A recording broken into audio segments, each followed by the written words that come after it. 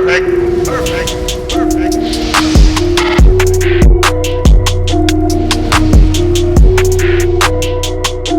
What is going on, everybody? I go by RB, and this is Philly Take with RB. If you're enjoying the content of the channel, be sure to smash that like button for me, hit that subscribe if you're new, and hit that notification bell so you are instantly notified whenever I upload or go live. We will be going live before and after every Sixers playoff game. And today's it. We are finally here, one day away. Sixers and Celtics first round playoff matchup. The Sixers come into this as the 6th seed, 43-30 on the shortened season, 4-4 in the bubble, and they go up against the Boston Celtics, who are the 3 seed, 48-24 overall, and 5-3 in the bubble. Let me just first and foremost say that I think this series is going to be much closer than a lot of people. I'm hearing 4-0, 4-1, primarily. No. I really think this is going to go back and forth and be a tight series, which is why I've spent the last couple days now. We didn't have much time, but I've been looking at this from so many different angles, so many different perspectives, and there's just a lot to talk about with this series. So let's get right into it, man.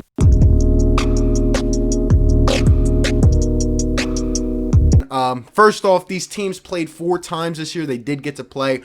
The Sixers won 3 out of the 4 matchups, but there was only one matchup in which every guy was healthy, and that was on opening night when the Sixers beat the Boston Celtics convincingly. It was a nice game. The defense was on their toes all game, and we just looked like a solidified contender, especially coming into the season. We just looked like a very good team, but obviously things started to go down from there. I'm not going to use the games from this season as a big sample size because it was a different situation. You had home crowds, you had this, you had that, you had certain players that were there that are not here now, so it's kind of hard to look at those, but overall, I know the Sixers and Celtics have pretty good matchups every time we face off. The Celtics come into this playoff series really almost 100% healthy. All of their 17 guys will be available to go. On the other hand, the Sixers lost Ben Simmons during the bubble games. GR3, as I've heard about an hour ago, is expected to probably miss most of the Boston series. So it's going to be hard for the Sixers.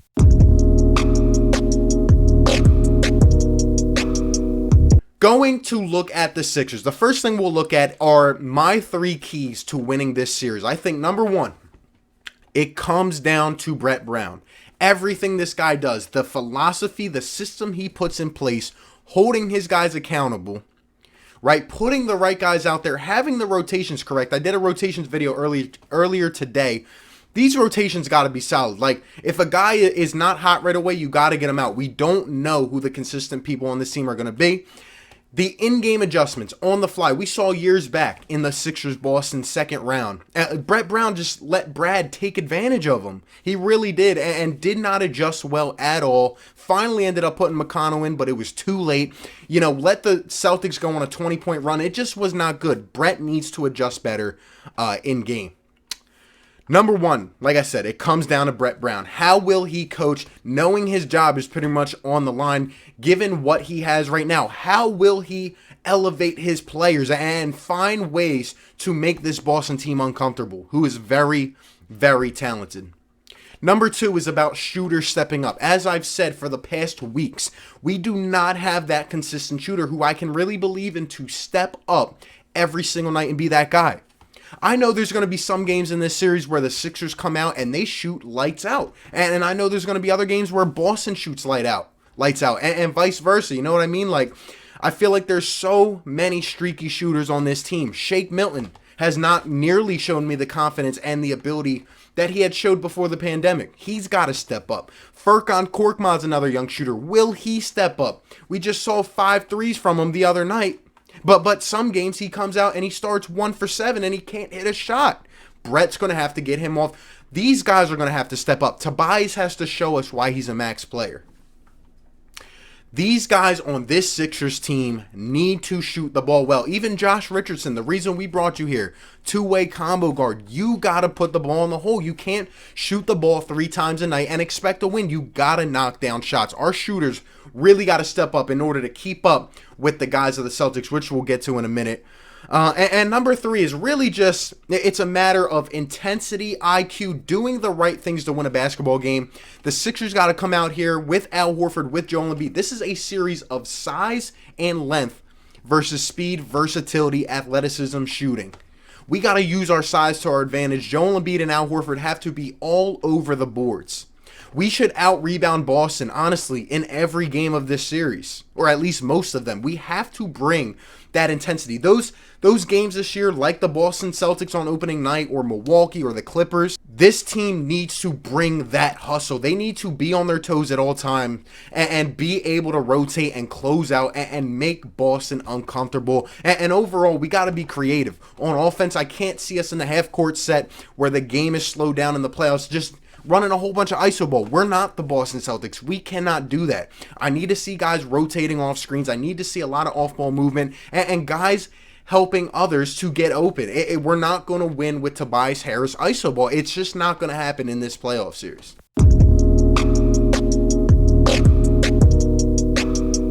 Joel Embiid is the best player in this series, no doubt about it. Usually the teams with the best player wins, but the Celtics got a lot of athletic guards and wings that are going to do their thing. How will Joel Embiid step up, and will he be aggressive in passing out of double teams? Will he be effective in that? We know every time we play the Celtics, Brad Stevens, he's a mastermind at it. When Joe puts the ball on the floor, turns his back, he's going to throw 2-3 defenders at him. Will Joe be able to hit the outlets? Will the outlets be set up, and will these young shooters be able to knock down? The Sixers are going to have to shoot better than they have, and they have to use their size. Joel's going to average above 30 in this series. It's just going to happen. Al Horford, he's been playing well. Can he continue to keep it up? Can Tobias Harris? Some nights he disappears. Will he be able to be consistent throughout this series? All right. A lot of people, came at me and others for, supporting Ben Simmons. Well, here's the reality of the matter. Ben Simmons, yeah, he has his struggles on the offensive side of the ball sometimes because he doesn't shoot. But in reality, it's going to hurt not having Ben Simmons in this series because of defensive purposes. If we look at the Boston Celtics, they have three guys averaging above 20 points. Tatum, Kemba, and Jaylen Brown. Gordon Hayward's averaging 17.5 a game. Marcus Smart is averaging 13 a game. This team is filled with athletic guards and wings who are going to torch you. This defense that we have seen for how long now? Going under screens or we go over and our centers like to stay in the paint and dare them to shoot long twos. If we do that in this series, we will be toast. We will be toast. We must come up and suffocate these shooters, stuff them at the screens, and make them uncomfortable. This team cannot afford to let them shoot open mid-range shots all day. It cannot happen. The Celtics are going to attack us. Now, like I said, there will be some nights when they're off from the field, and those are the nights where the Sixers got to capitalize, but we have to out-hustle them, and we have to out-compete the Boston Celtics. There's no home fans. It's not like I could say the Sixers are going to come back to the Wells Fargo and be, within their own proximity behind their home fans. No, this is a neutral site, not really any fan contribution. So the Sixers got to step up and just play hard. But it will hurt not having Ben Simmons in this series. I hope you guys know that.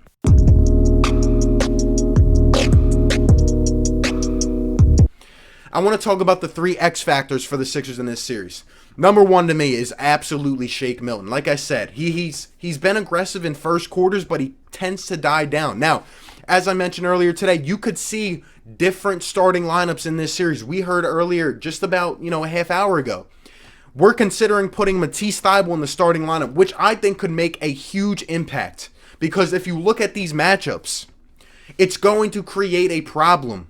Because look, Shake Milton, say he's in, okay, he guards Kemba Walker or he guards a guy like Brown or Hayward. You're probably going to put Josh Richardson on Kemba because he's good at guarding point guard specifically. And then you have Tobias Harris. Where does he go? On Jaylen Brown or maybe Gordon Hayward? But then where does Al Horford go if he's in the starting lineup? On Jason Tatum? Al Horford is going to get blown by one of these guards if he's in the starting lineup. And not having Ben Simmons on a guy like Jason Tatum will hurt for the Sixers. But getting back to my X factor, Shake Milton. If he's in, we know he can be a defensive liability. He needs to step up and let it fly and be confident. The Shake that we saw before the pandemic, he's got to step up and be that dude. And our bench has to step up as well. Burks, Mike Scott, guys like that. If Matisse Thybulle's in the starting lineup, he's going to have to hit shots. And he's actually my second X factor. Because from the defensive side of the ball, that's really what he is here for. And if he can disrupt a guy, say like a Jason Tatum. I know he's been torched sometimes this year, but overall, Thibault is the best rookie defender I've seen in years.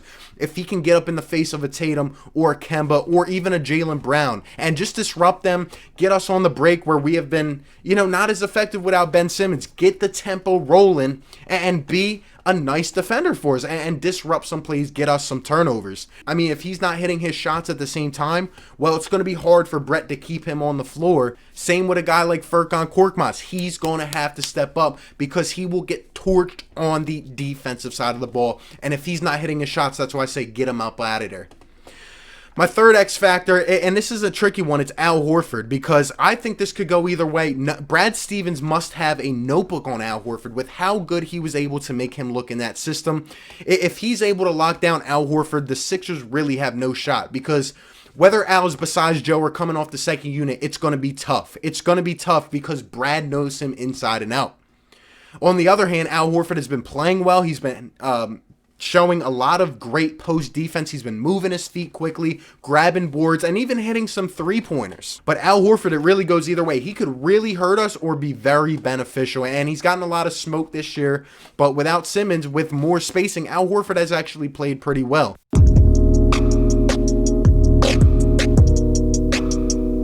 The coaching is really what it comes down to in the end. Brett Brown versus Brad Stevens. Like I said, Brad is going to throw so many different things at Joel Embiid. He's going to know how to suffocate our shooters. Our shooters have looked good these past couple games, but again, it wasn't against playoff defenses. Now, we did look very good in the first quarter against Toronto. We looked good against Houston, but again, those were just nights where the Sixers were on. And when the Sixers are on from the field, it is very hard to beat us. Brett Brown must figure it out, must make on-the-fly adjustments. He can't take any crap. For example, me hearing that Matisse Thybulle might start is a good thing. It's quick thinking. That is what we need from Brett Brown. Brad Stevens is going to know what to do, and he's been through this many times. He doesn't have too impressive of a playoff record, but overall, he has the depth. He has guys on his bench like Marcus Smart who are tenacious, are going to try to get up in the Sixers' grill. Brad Wanamaker and his Cantor is going to probably play some minutes. Brad Stevens has some things to work with. He really does. And they're primarily healthy, and I just think they're going to be able to spread the ball. And I expect to see a lot more fluidity throughout the Boston's offense and their defense. Don't get me wrong. They are fourth in offensive rating and also fourth in defensive rating. The Sixers are 16th in offensive rating and just 8th in defensive rating. Boston beats us on both sides of the ball.